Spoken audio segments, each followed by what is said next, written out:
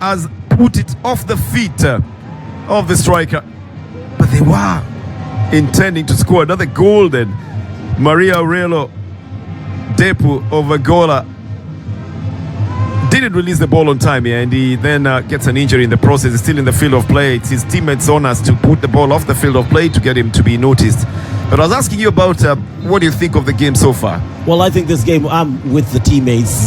Get up, let's get on with the game. It's not any injury that should keep you down that long. We have the opportunity to go up and score another goal with the dying embers of the game. Well, I think Chico, sometimes it's the ethics of the game. It's the ethics of the game. Look at that. Very little on that man. Yes, you think he has it's been little? fouled. Yes, it probably come down. In fact, I don't even think it's a foul. I think it is a foul. Come on, Chico. You can't be that mean to him. Suddenly, a breath of fresh air and he's feeling good. Listen, it's been a game of one-way traffic. Yanga have been looking so good going forward, and I do agree with you at the beginning, your evaluation.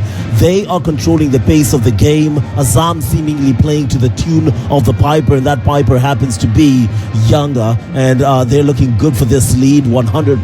Azam need to do a lot of thinking, perhaps a change in formation. I know they were looking to play just one person up front, but maybe some more support in that midfield, allowing Edie to go forward a bit more, will be key. Mr. Auspicious Dismas has brought this one to an end in the first half of the game, and it's ended up in favor of the young African side with a goal. Not that the Azam side has not created the chances, they have, but every time it was happening in transition, they didn't have enough men to be able to turn it into goal. For the young African side, they have decided they'll fire from the very first minute, and they have, and they were rewarded in the latter stages of the first half with a goal from Baka, a header towering over every defender and putting the ball in the net.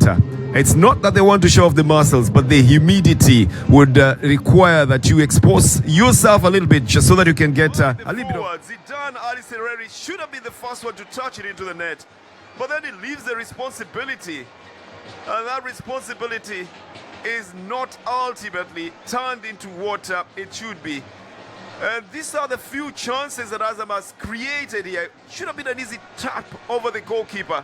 Zidane jumps up, tries to hit the ball, misses it, and that throws Jean-Jacques off. And by the time he resettles himself, the keeper doing an amazing job coming through. Now we understand why he has been named man of the match once before. Oh, Jean-Jacques should have finished that one off. He had a very good chance there. There was nothing much to think about it, either on the first touch or on the second touch. And now the press is coming from the Azam side. Another good through ball. Goes out onto the right side from Twalib Mohamed's touch. It's come all the way to the goalkeeper, Jigui Diarra. At a time when we're talking about him not having too much action coming on his side, he now has to flex his reflexes as well. Idi Salimani ultimately again on the ball. Azam also doing their work very, very reservedly, but I think very intelligently as well. Not moving too far out in full, but only when they are in possession. Not committing too many men up at the front because they know the danger that lies in the squad that is in the young African side.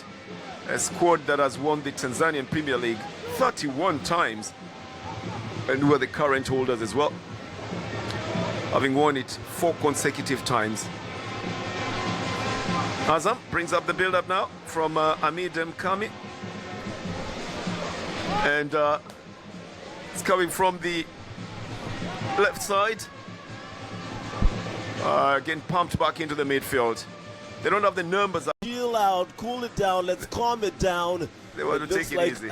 But on the technical bench, I think the story is usually different. In the VIP stand as well, it's always tension as to whether you're going to take the 3 points or not. Remember, again, football being the cruel game it is, officials have been suspended. They have been sacked literally for just one loss. Atohola Yao is going to take the throw in. He makes a big one back all the way to his defender. And Mwamnyeto is the man who receives it. Yao again really commits himself a lot whenever he's on the ball. Back into the midfield, looking for where to spread it to. And good turn by Mpia Max Negeli, who decided to just leave it to the midfielders to come with it. Again, we are coming from deep. I'm sorry, Bernard. We are coming from deep, but now right there on the ball, the further up the pitch you see him, the more Azam feel they need to push back. Well, I think they've read the game, Chico, and they know that they're trying to open up the left flank. They've done it in numerous times, and now they know how to either time them to make them be on the offside or even just to cut them out altogether. So Yanga, in my opinion, would probably be in a better situation if they come in through the center now. They've tried the left side.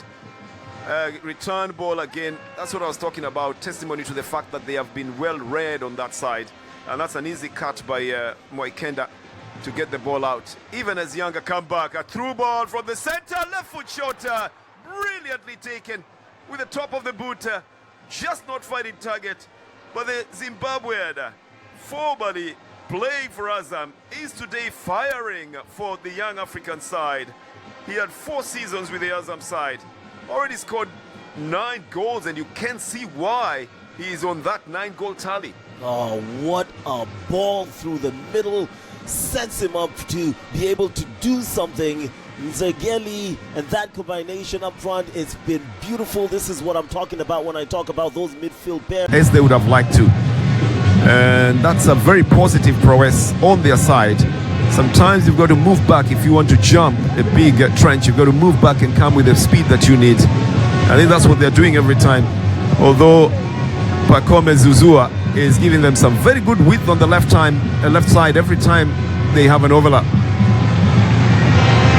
One thing you have to say about Yanga, Chico, is that they are able to actually stretch the defenses both on the right and on the left. Here is another through ball and running right in front of the defenders here. Looking for a chance to be able to bring in the cross, and I think he's boxed himself out this time round, hasn't he? Going nowhere there. He had 2 players around him, surrounding him, easy to defend from this Azam side. He should have turned back, should have looked for more support. No one was happening. Easy foul there. What is he thinking? Pulling his attacker is going nowhere. Put yourself on the radar of the referee now. 2 more tackles like that, you find yourself with a needless yellow card. Look at that. That's just lazy pressing. Prince played before for Azam for 4 seasons. I think he's known to these players very well, and went into it with a little bit of a buddy attitude. Friends forever. But he's playing for the opposing side today. So, like I said before, he is the enemy. He's got 9 goals so far, Dube. So he's a man that's dangerous equally. There's a foul right in front of the referee here. Happily, this game has still remained very clean. At least Mr. Respicious Dismas, the center referee, has his cards in his pocket, has not thought about dishing them out at any moment. But these unnecessary fouls will, like you say, Chico, will cost the team a little bit should they have the repercussions. And that's what they need to worry about. Absolutely. It's almost too early for them to be fatigued. It's pretty much possibly disrupting the flow of the game for Yanga, at least when that foul there. But for Azam, they need to be a lot more careful. They're already trailing. Getting themselves into trouble is not a good idea. Here's an opportunity for Yanga. Zuberi Foba will come into the picture now. It's chipped onto the right side by Zuzua, and they've lost it again on that side. Ali is very instrumental to the Azam side. Gets the return ball and in full flight as well. Plays it out on the right. That's the progressive transition that we were talking about earlier on. Moikenda has it. He's brought it to the middle. Just a little bit too much power on that one to try and get it to Zidane. Oh, he could have looked, Chico, couldn't he? Look at where Ali is. Look at where Edie is finding himself. He's had to drift into the right side, leaving the left flank where all the balls are. Azam have completely clogged that up, so he's trying to spread the pitch by coming to the right and trying to support his team. Something has to give for this Azam side. Perhaps Ibenge will be looking at it and thinking, what else can I change apart from that substitution? 56 minutes of play. And it's 1-0 in favor of Yanga. Again, good ball down on the left side, looking for a cutback at a 45. Brilliantly done, and the goalkeeper comes off his line. It's good to see Jigui Diarra being pushed out a couple of times to make those daring saves. He's been a little bit too comfortable, meaning that the Azam side have not been opening them enough times. Pedro Pacoba Zuzua misses to correct on this one. Would have been a chance on the counter-attack. That's the tactic that is being used all the time by the Yanga side. Once the attackers got onto the young African side, there is always a counter-attack, and they've got to watch out for that. Tries to take it down with his stronger right foot instead of using his left foot. Perhaps, maybe practicing using that left foot would be quite key for him. But ultimately, you're seeing a better Yanga side in the first few minutes of this second half than we saw in the entirety of the first.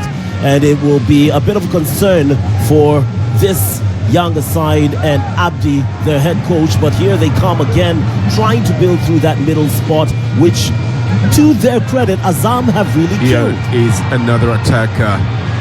Again, Chico. they can't get through the middle, so they're forcing them to go wide. It's being lost very quickly in transition in the midfield. They really need to know how to hold it as well, to build it from there. I always insist that what got you here is not what will get you there. So what got you the goal in the first half might not be exactly what will get you the goal in this second half. You need to read the mood and read the room as well. And I think Azam now is holding onto the ball much longer and building up from their own half, which is a better tact as the through ball comes in now onto the left side. Can they be able to change it to bring it onto the right foot cross? Well, he veered off nicely without intention. It's coming to Ali. Idi Suleiman Ali spreads it onto the right side. Champions, the young African side, playing Azam FC, who've won it only once and who are third on the Premier League table standings at the moment. The NBC table standings have Yanga leading it with 66 points and Simba in second position with 64, and then Azam with 58 points. Azam has got some firepower on the bench as well. They've got Aish Salum Manula there. They've got Jepte Bola Kitambala as well on that bench if they wanted to make any changes. They've got the Colombian Yelson David Fuentes, who's coming back from injury as well. I think they're making a very early substitution here. The Azam side, they've brought Nathaniel Rafael Chilambo very early in the second half, coming in as a substitute. It just tells you that they probably have realized where they were going wrong in the first half, and they would want to make the changes to that as well. But we've seen a young African side that was in a rush earlier on to try and score an early goal, and then settle back into overloading the left side and trying to cut in. They haven't used Alan Okello as well in the later part of it, but then they got the goal through Ibrahim Abdullah in the 41st minute of the game. A header soaring above the defenders and into the net, and that is what separates the two sides. So we're into the second half now. It's round 28 of the National Bank of Kubas Premier League in Tanzania, and it's coming to you live on Azam Sports, as are the other 7 matches that are being played around the Republic of Tanzania in the Azam in the NBC Premier League.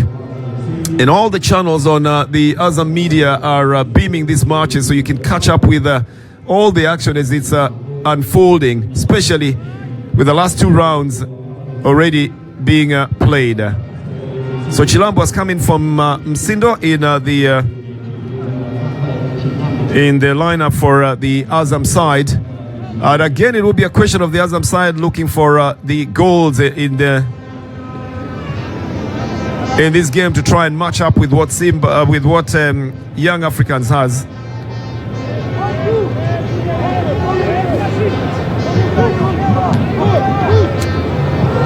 And so we'll see whether or not that change is going to be effective in today's game. So it's the only change that has been made in this one. Chico, what's the expectation of this second half now that we're already into it? Well, it's hopefully not more the same, but it looks like it could be just here. Well, it's changing very quickly, isn't it? Prince Dube goes up very fast in an attack here. And again, almost catching the Azam defense not ready. It happens as well in football that teams get up very quickly. They get out very quickly to try and go for goals. But you were saying that you expect them to build up again as they did, or you're going to expect the same kind of quick transition coming from Young Africans? Well, you expect a lot more from this Azam side. They'll try and dominate and get some grip on the game in terms of that midfield performance. They were heavily reliant on that left flank. Edie and Pascal Msino trying to be brought in. It wasn't successful, and if they can get some of those crosses in, then perhaps the aerial threat could be key for them. Set pieces also a part of the game. Early on, you can see they're trying to switch from wing to wing, changing of flanks, trying to force this Azam side to lose shape, because in the first half, this Yanga side to lose shape in the first half, Yanga were looking very, very good. Already a bit of physical aspect to the game. They're trying to disrupt his flow. Idi was the sensational player in the first half. I think he was the bright spark for this Azam side in the very little that they had to offer in the first half. Well, it's going to be detrimental to the Azam side if they lose Idi Suleiman Ali. He's, like I said earlier on, a talisman, and he's been providing the crosses from the left side. Plus, he's the obvious pinpoint man on the wings whenever you want to move forward. But Nzegeli and the rest of the team have been not very kind to him. The coach of Azam, Florent Ibenge, knows that he needs to tweak his team at the moment to be able to get them to, function up at the front. The caretaker coach, Abdihamid Moalin of the Young African side, is equally worried because one goal is a very small cushion to sit on. So that sets up a very nice clash in the second half of the game, and one again that will tell us who is getting the better of the game here. Azam clearing out, but only out for a throw-in. It's going to be given to the Young African side. A quick throw-in that has been taken by Mohamed. Well, spirited effort to try and catch up onto that ball. I was waiting to see whether Mohamed would go in there. Standings, and yes, Jean-Jacques has got a reason to be unhappy with himself for just not putting the ball in the net. In that instance, you're going to rue the chances when you look at them later on, Chico. And you'll wonder why you didn't score early. And guess who brought the cross in? Idi coming off that left flank. He has slowly drifted into the right area and coming through with a brilliant cross. It looks like he's had his day. Jean-Jacques is taken off the last opportunity, last touch of the game, just going wide for this striker. Well, I think he's a natural right-footed player, and because he's a little bit lanky and his height as well, he just couldn't, shouldn't curl himself, couldn't carve himself into that that posture to be able to put the ball in the net. He's been substituted by Jepte Kitambala from DRC, the man who's got 12 goals to his credit. And by the time he was coming to the Tanzanian Premier League, he was the second top scorer in their league. So maybe that will help them along, as the Azam side will be organizing themselves to see how they'll benefit from this. A lot of instructions, of course, and a lot of talk will be on what happened on this. But for Abdihamid Moalin, he's got to see what is going to change now, because fatigue is also creeping in. I think more so they're concerned with that substitution right there.